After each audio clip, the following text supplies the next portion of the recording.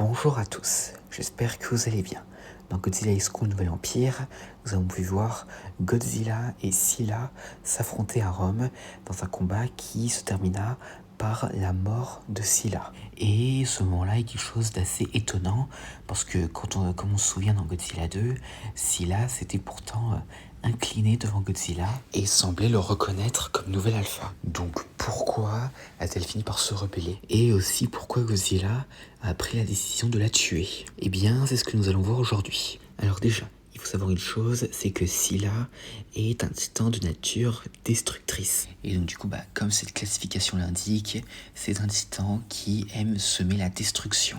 Cependant, il n'y a pas que ça, car en effet, il y a autre chose qui fait qu'elle est très dangereuse et encore plus destructrice, à savoir son appétit insatiable pour l'énergie nucléaire. En effet, elle est constamment à la recherche d'énergie, à un tel point qu'elle détruit tout ce qui se trouve sur sa route. Donc par exemple, dans Godzilla Dominion, quand elle rencontre Godzilla en Géorgie, eh bien, elle était à la recherche d'une tête nucléaire abandonnée, et si elle était activée d'une manière ou d'une autre, eh bien, cela causerait de grands dommages à la vie sous-marine et un peu à la surface.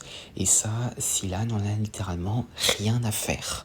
Et bien sûr, Godzilla, qui est le garant de l'équilibre de la surface, eh bien là, ça le préoccuperait. Et quand il a intercepté Scylla en Géorgie, eh bien il a tenté de la dissuader, mais elle n'en avait rien à faire. Car en effet, elle ne voit pas Godzilla comme un alpha. Parce que pour rappel, Scylla est un titan de nature destructrice. Et si elle s'est inclinée devant lui dans Godzilla 2, eh bien en réalité ce n'était pas du tout par respect, mais à contre-cœur. Et surtout parce que elle a vu de quoi il était capable après l'avoir vu tuer Ghidorah. Donc autrement dit, c'était surtout pour rester en vie qu'elle s'est inclinée. Parce que en principe, si Ghidorah était encore vivant, eh bien là, elle se serait inclinée volontairement pour le suivre. Mais revenons à Godzilla et Scylla. Alors Godzilla, bien sûr, en voyant ça, a dû l'affronter pour lui faire un peu comprendre c'était qui le patron. Mais il n'avait pas l'intention de la tuer, car en effet, le rôle de Scylla est de ralentir la fonte des glaciers. Donc du coup, il la laissa en vie. Cependant, évidemment, ce n'était pas la dernière fois qu'ils se voyaient et qu'ils se battaient. Car en effet, Scylla, quelque temps avant les événements de Godzilla X contre le Nouvel Empire, se réveille sans la permission de Godzilla et commence à chauffer les océans. Donc tout le contraire de ce qu'elle était censée faire à l'origine. Et à recommencer à se mettre à la quête de radiation pour devenir plus forte. Cependant, dans un but précis.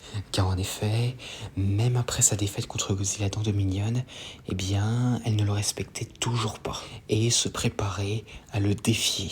Ce qui la pousse à détruire beaucoup de centrales nucléaires à travers l'Asie et l'Europe, absorbant constamment de la radiation.